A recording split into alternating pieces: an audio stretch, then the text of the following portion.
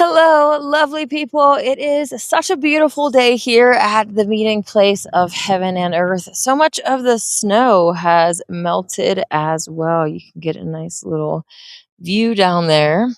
It is so gorgeous, and I'm happy to be back. God and Goddess, thank you so much for this amazing weather and this awesome mountain that you have blessed us with, and all of the wonderful creatures and trees and plants and great things that are around here for us to explore and to commune with.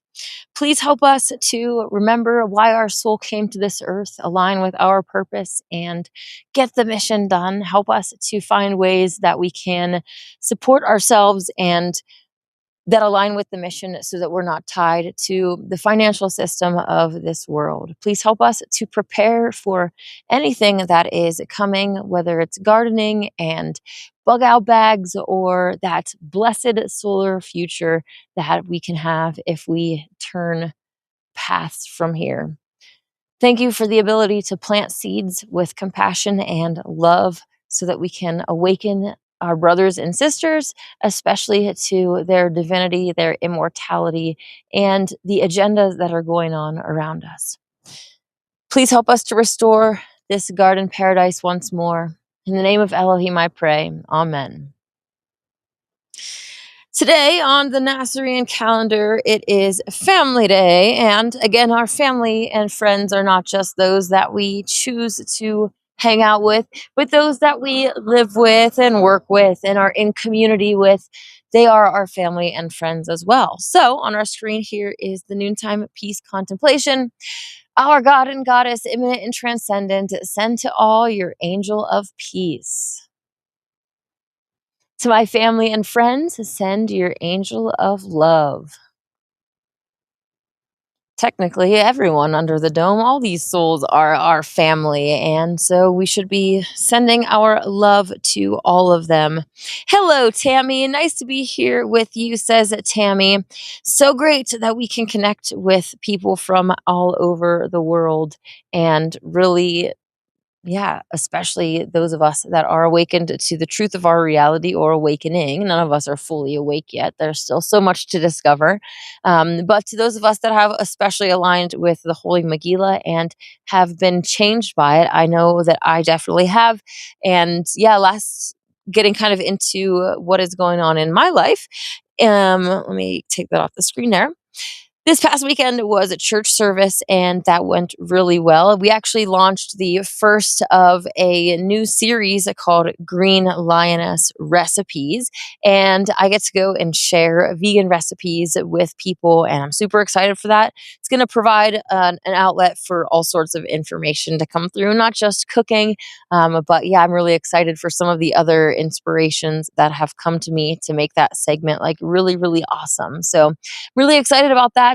Like I said, the church went really well. The potluck was nice. There was this elder lady, I should say, that visited us, and during song circle, she was really boogieing, and it was really fun to see.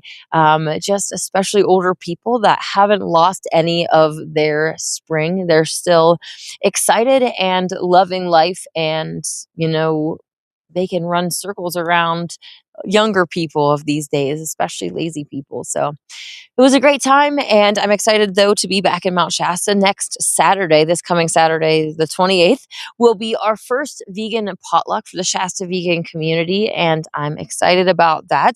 We're going to have what I'm calling a potluck and planning party, where we get to basically see who is interested in what sort of outreach projects and different events, so that I can start having more help in all of these projects that I'm doing. For a while, it was just me, and over the years, there's a few stragglers that I shouldn't say stragglers, I should say warriors that have joined alongside of me, because no one's like straggling along, but there's a few solid people here in the community that do help and will show up to whatever events happen. But I'm really hoping that more people will come and show their support and also share their ideas of what we can do to help spread veganism. If you are interested, anyone can start a vegan community in their town. You can easily start by just making a Facebook group and going into other local groups on social media and spreading the word, going on to different restaurant pages and asking, do you have vegan options? Posting about vegan options in your area, different ways like that you can start a community, going out and talking to people. Obviously, word of mouth. Here in Mount Shasta, they have drum circles every Sunday, so it provides a great outlet for people to go and socialize and all those kinds of fun things, as well as the city park. I'm sure that your town has different areas that are more popular that people will go, that you can go and chat. That's how it starts. We're here to be the hands and feet of mercy, and not just with like a vegan community, but a lion's den, a green lion's den, starting these groups of trusted lions that when crap hits the fan, if I should say, it's not a it's not a when, but an if, because we can always change course. If that timeline manifests, having trusted lions dens throughout the land that lions can go to and seek refuge is really important. So I would really love to start establishing something like that here in Mount Shasta, and yeah, having something more concrete. I know I've told people for many years that Mount Shasta, when things happen, we're going to be fighting here in Mount Shasta, and I expect that people are going to be coming here, but actually having some property that is being cultivated for farming, and farming as in vegan farming, and just a secure place for people to bug out. So those are all things that are in the works. We also have the Lionsgate 88 gathering coming up in August, which I'm excited about. Some of the planning still underway, but it's going to be a great time at Day of Greenleaf. Priestess Therese, they're going to be guest speakers. There's going to be other things that are going to be happening, a dinner, dance party. It's going to be a really fun time. It's going to be a free event. If you can get there, you can join us. You'll just need to RSVP. So I want to kind of put a verbal reminder out there for anybody who wants to come here this summer. I would love to meet you during that.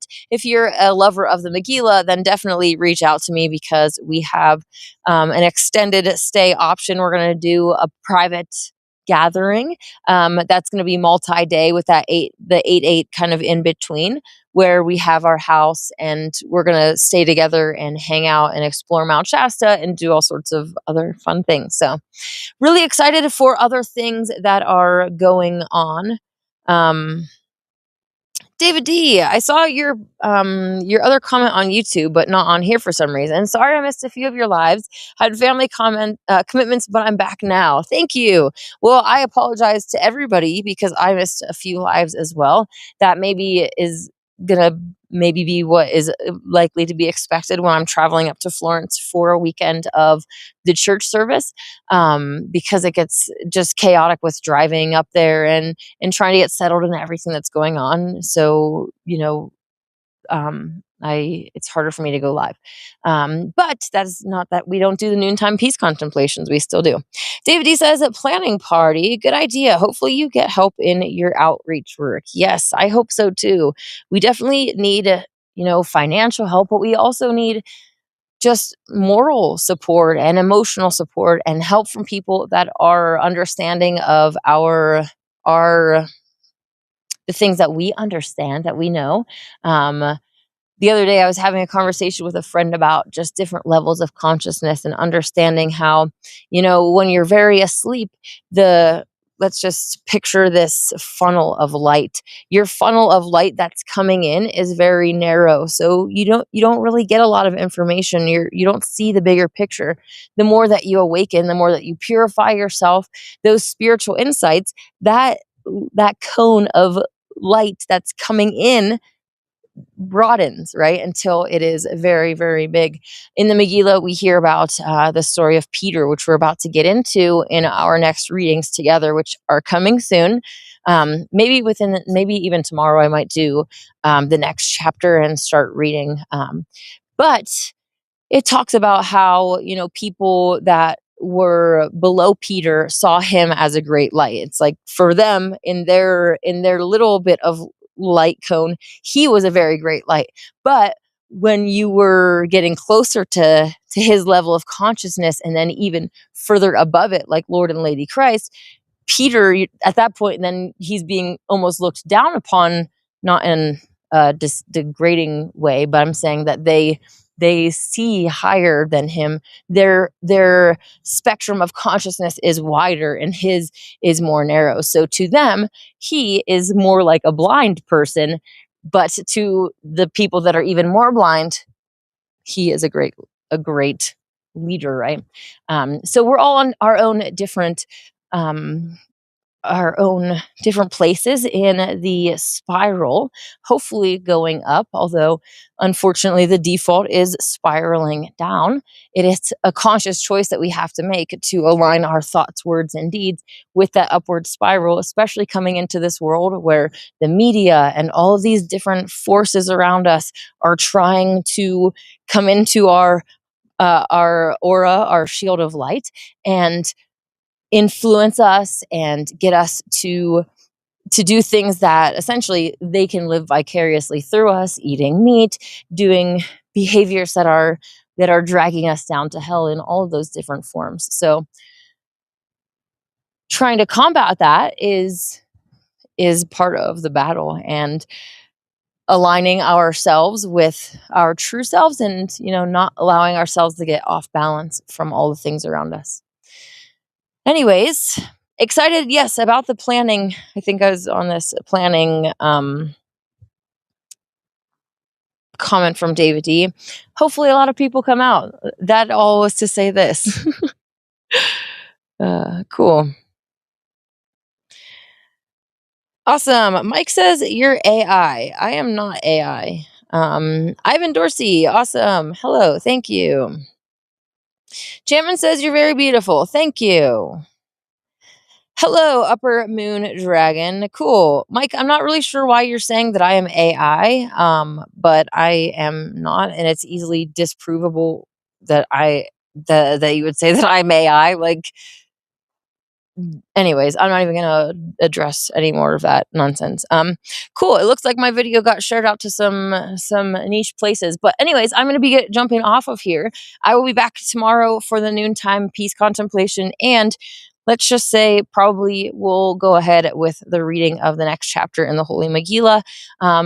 As far as some of the other projects that have been finished, I got done with the scroll numbering project, so I'm super excited to have that off of my plate.